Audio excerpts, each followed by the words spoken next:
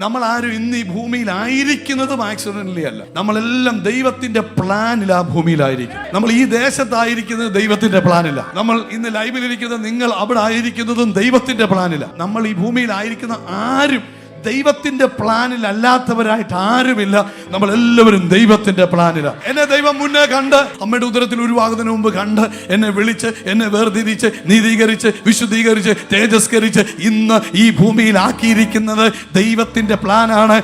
Accidentally അല്ല, യാദൃച്ഛികമായിട്ടല്ല. ഞാൻ ഇന്ന് ഭൂമിയിലായിരിക്കുന്നത് യാദൃച്ഛികമായിട്ടല്ല. ഞാൻ ഇന്ന് ഭൂമിയിലായിരിക്കുന്നത് യാദൃച്ഛികമായിട്ടല്ല. എൻ്റെ പ്രായക്കാർ പലരും പോയപ്പോൾ, എൻ്റെ പ്രായക്കാർ പലരും ഭൂമിയിൽ നിന്ന് മാറ്റപ്പെട്ടു പോയപ്പോൾ ഞാൻ ഇന്ന് ഭൂമിയിലായിരിക്കുന്നത് യാദൃച്ഛികമായിട്ടല്ല. എല്ലാവരും പറയും ഈ ലോകം ഭയങ്കര പ്രശ്നത്തിലാണ്, പ്രയാസത്തിലാണ്, പ്രതികൂലത്തിന് നടുവിലൂടെയാണ് ഭൂമി പൊയ്ക്കൊണ്ടിരിക്കുന്നത്. സൂര്യൻ താഴോട്ട് വരാൻ പോകുന്നു, ചന്ദ്രൻ ഓടിപ്പോകാൻ തുടങ്ങുന്നു. അങ്ങനെയൊക്കെ പല യുദ്ധങ്ങൾ, ആണവ യുദ്ധം വരുന്നു, മറ്റേ യുദ്ധം, മറിച്ച യുദ്ധം, ക്ഷാമങ്ങൾ, ഇതെല്ലാം വരുന്നു എന്ന് പറയുമ്പോൾ ഇതിന്റെ നടുവിൽ ദൈവം നമ്മളെ ഭൂമിയിലാക്കിയിരിക്കുന്നത് ഇരുട്ട് കൂടി നിൽക്കുമ്പോൾ ദൈവത്തിന്റെ വലിയ പദ്ധതി നമ്മളെ കുറിച്ചുണ്ട്.